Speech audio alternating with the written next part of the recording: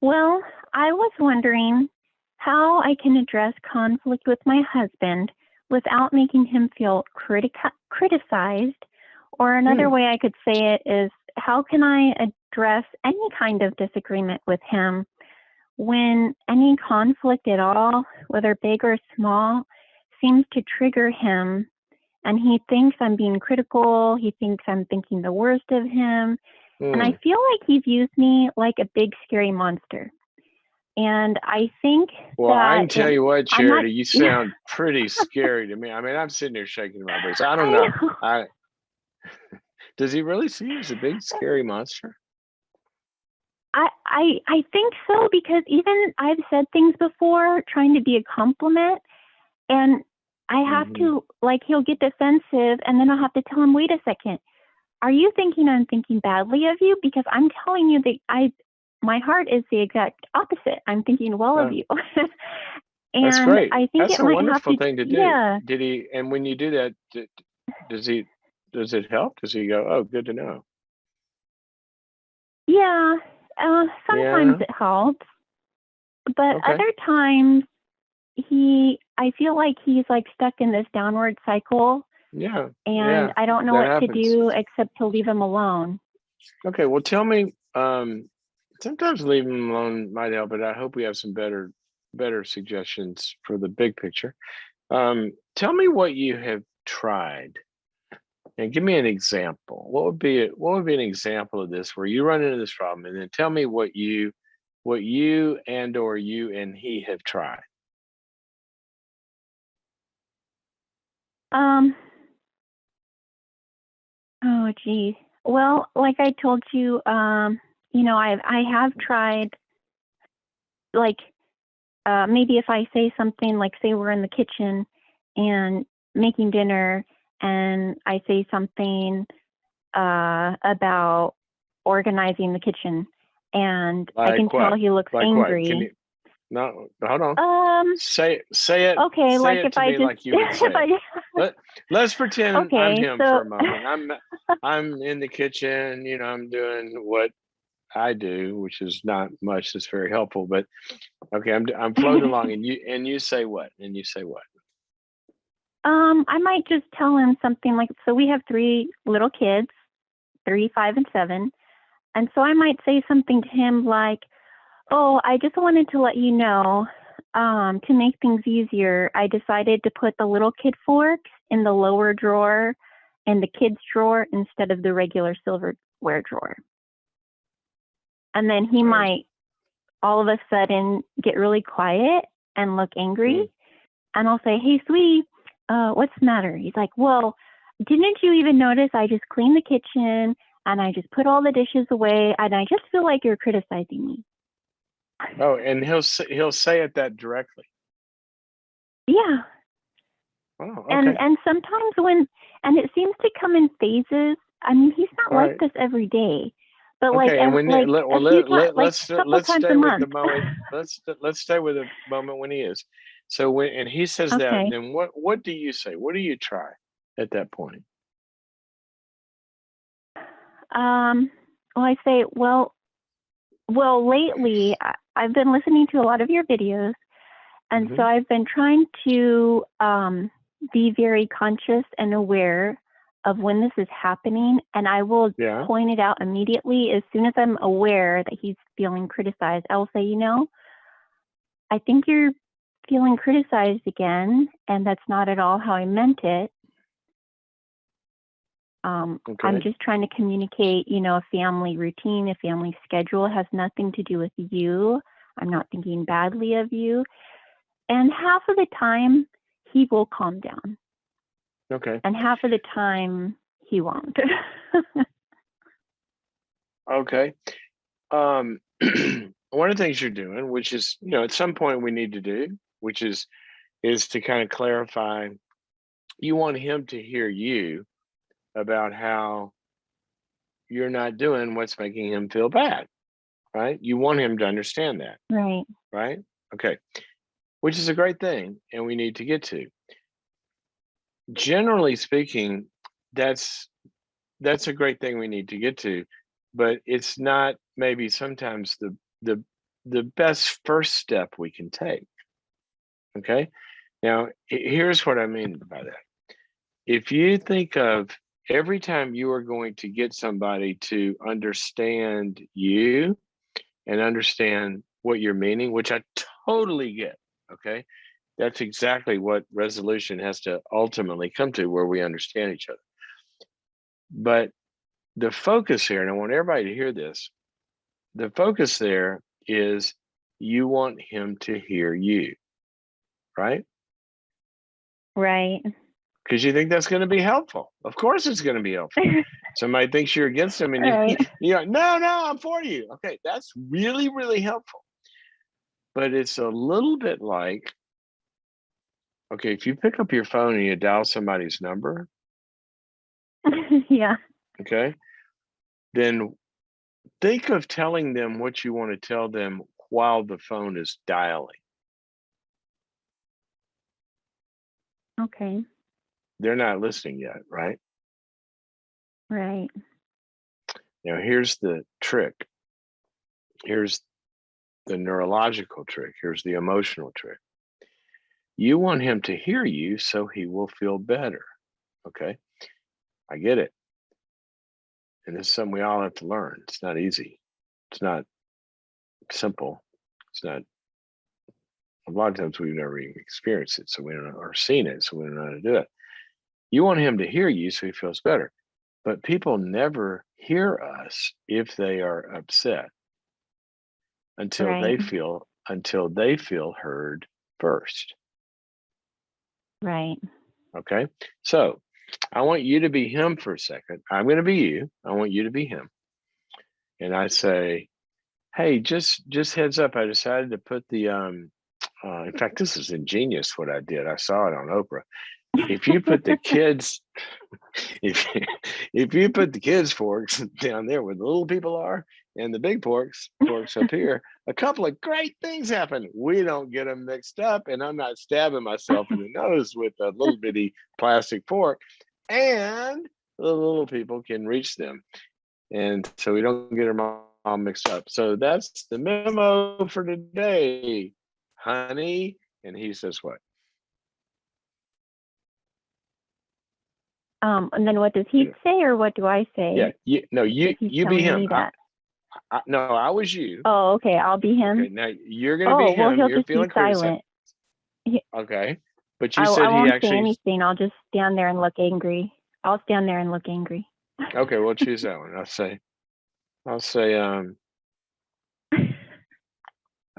sorry, you got quiet. What's going on? What are you thinking? Well, you just came down the stairs, and I've been down here all morning, and I just unloaded the dishwasher. I got the kids breakfast, and you didn't say anything nice to me. You just tell me what I did wrong. Oh, I'm so sorry. I mean, you put in a lot of effort, and I didn't even let you know that I noticed it and that it mattered. Well, that must feel crummy. Yeah, makes me feel really bad. You don't care. It feels like, so if I didn't say anything, it feels like to you, I don't even care at all, huh? You act like I don't do anything around here. You don't think I'm putting forth a lot of effort here?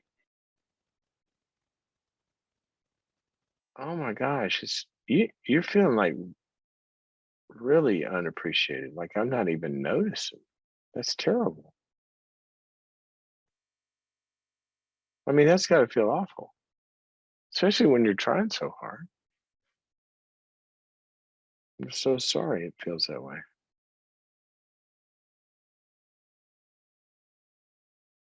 Yeah, well, it might be nice if you come downstairs and the first thing you say in the morning is, "Good morning, the kitchen looks great." You know what? I get it. And you know what? I'm thinking that. I actually am thinking that. I don't know why I don't say it.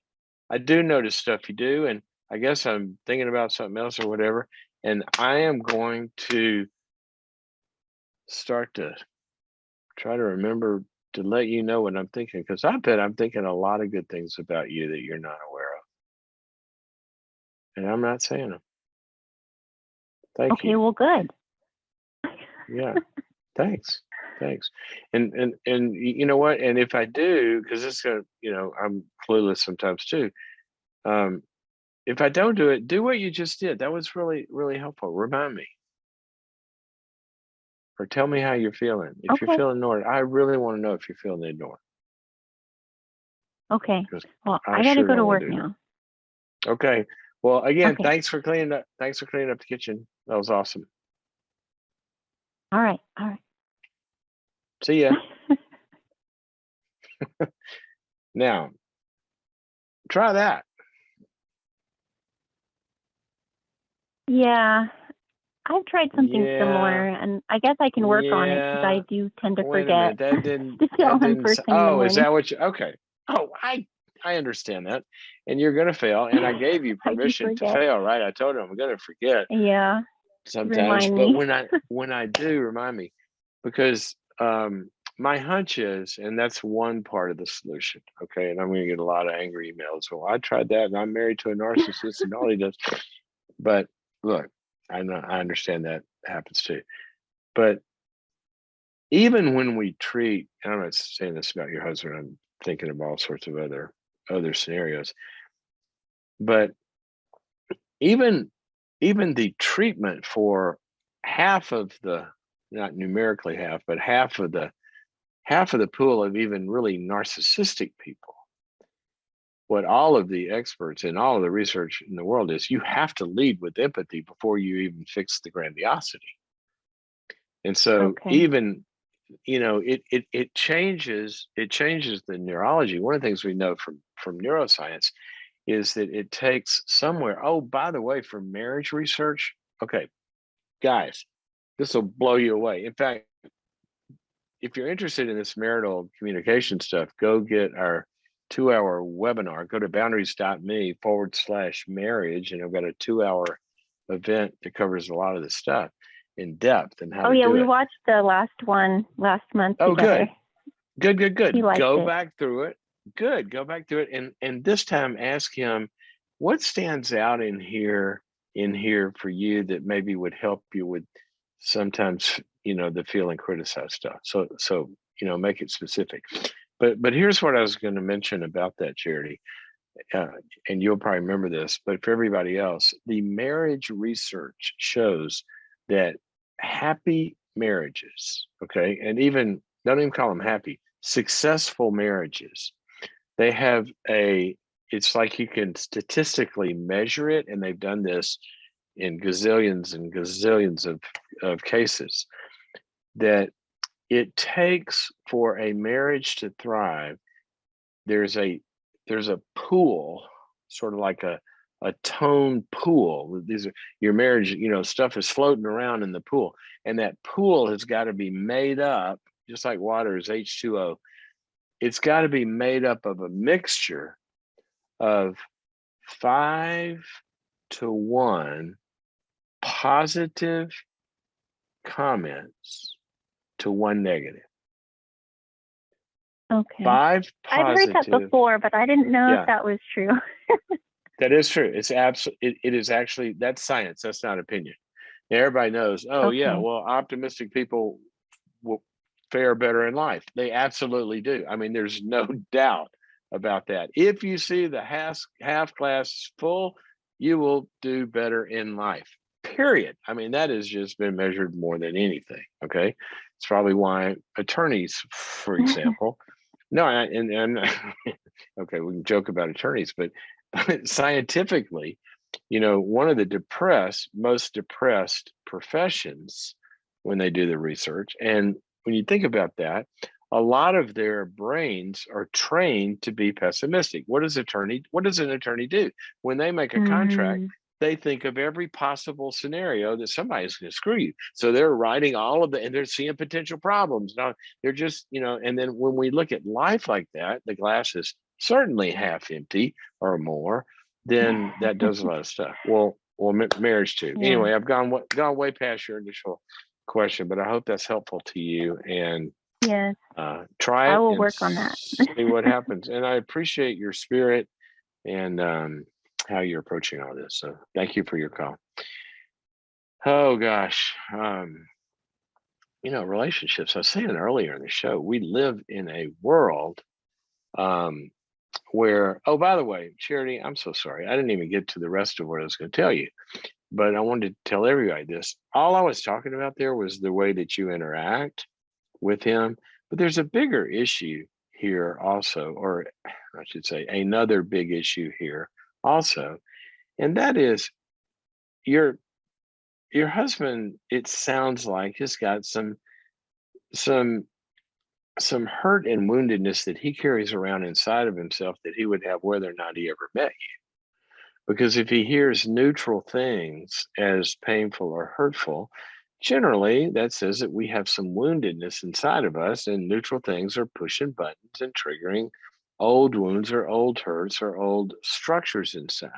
Sometimes it's unresolved hurt, sometimes it's a structure. If you have a parent that yells at you your whole growing up years and you got a critical voice in your head, then that icon gets hit anytime somebody criticizes you, and it may have marshmallows wrapped around it, maybe the softest thing ever, but just because it's negative, it'll hit a button inside, and the whole system shuts down, feels attacked, wounded, this and the other person gets defensive. Oh, so I guess you hate me, and all of that's coming from somewhere else. And so I would also, talk to him. If you go back to the marriage webinar in the beginning, it says one of the most important things that marriage can do is set up a safety bubble that you live in that actually holds the marriage where each partner knows I am for you. I am your safe place. Okay.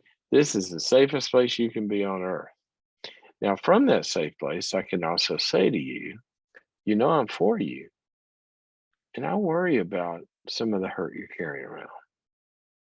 And I think it'd be a good idea to maybe get some help.